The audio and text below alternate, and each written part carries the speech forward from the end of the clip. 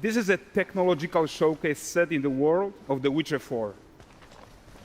What you just saw and are going to see now is running on a standard PlayStation 5 at 60 FPS with ray tracing.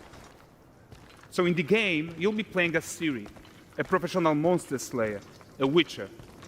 She explores the world and hunts down monsters for coin.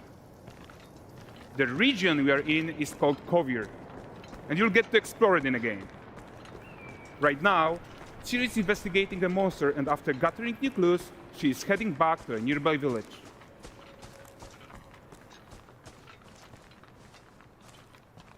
All right, everyone, meet Kelpie. Let weeds be weeds, Kelpie. So just like Geralt had Roach, Ciri has her own loyal companion. We return to town. These two characters need to feel like one. Since you're gonna explore the world on horseback, riding needs to feel seamless, natural, and just fun.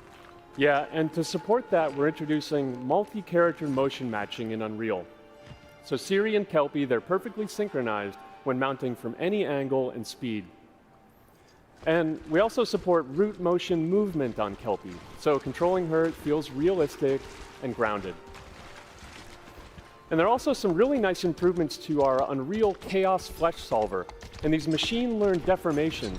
So you've got realistic muscles moving and stretching under Kelpie's skin without compromising the performance there.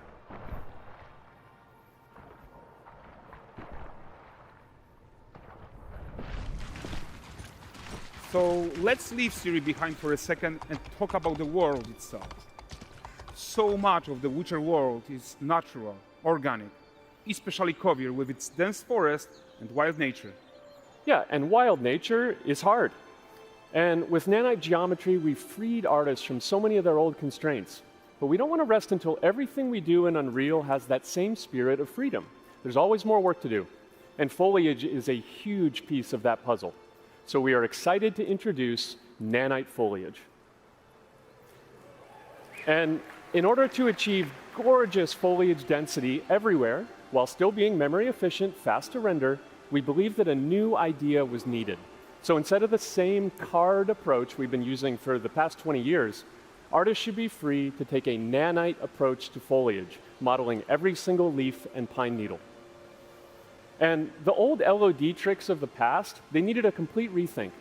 And in their place, it's a new adaptive voxel representation in nanite.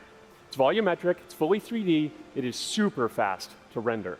And these dense clusters of triangles turn into these cubes, which at a distance, they're no larger than a pixel, and they react to the changing light of our dynamic sun and our shadows, and they allow artists to render whatever amount of foliage is needed to achieve their vision without compromise.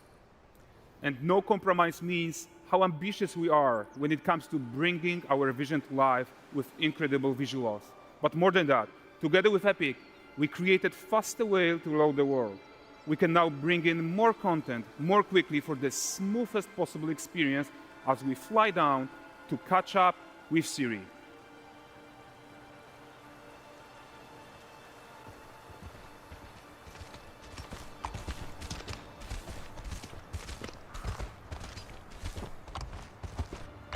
Welcome to Valdrest. So Valdrest is a port town, a hub for fishing, trade, and mining. It's one of those places where you can meet shady characters or overhear gossip from other lands. It's also where Ciri took on her current contract. High-tech, let's leave Kelpie here and explore the marketplace and food. I'm so excited we can finally show you some of this stuff. Let's see what Valdrest has to offer. Not her again. Not even at the Land Exeter Fair! Now, 9 gazes while I present him with a fish. For the furry rascal will often wink, and the fair's weight grants good fortune. For this feat,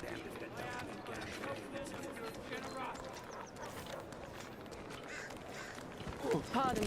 Guys, notice how responsive the world is. Character actions directly affect what happens around you, sometimes even setting off chain reactions. Everything is working together.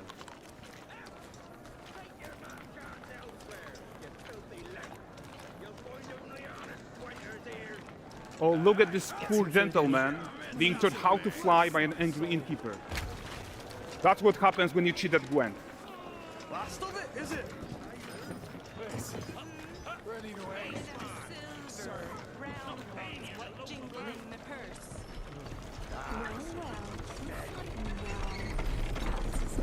Okay, so this is the guy who gave the series quest his own. Like you probably suspect, he has his own agenda in all of this. You're off your tits again, Wilfred. Get your ass up.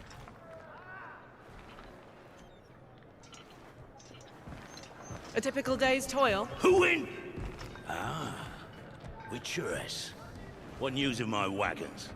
No eternity is taking that damn salt to arrive. I found them. And, well, suffice to say, they'll not reach you.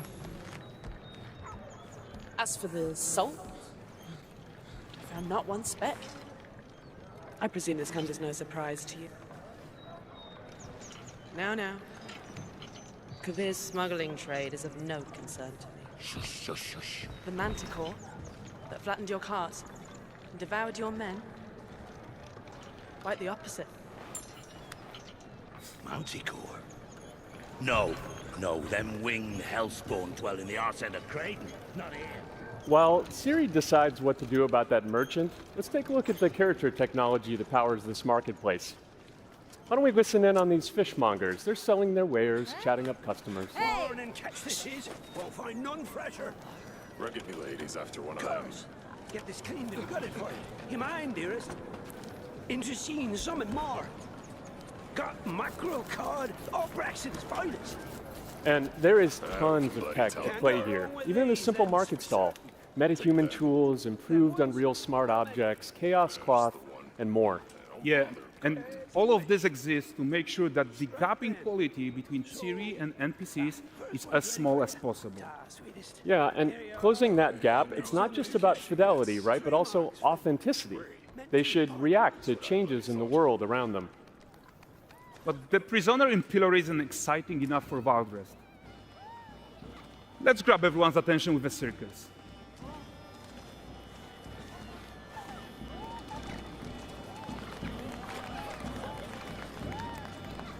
But the great performance deserves a huge crowd though.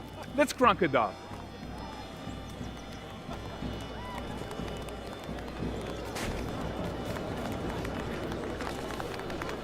So you are seeing tons of optimizations here to many of Unreal systems, including an entirely new Unreal animation framework, allowing us to fit easily in our 60 FPS budget, not just in rendering, but also with room to spare on the game thread.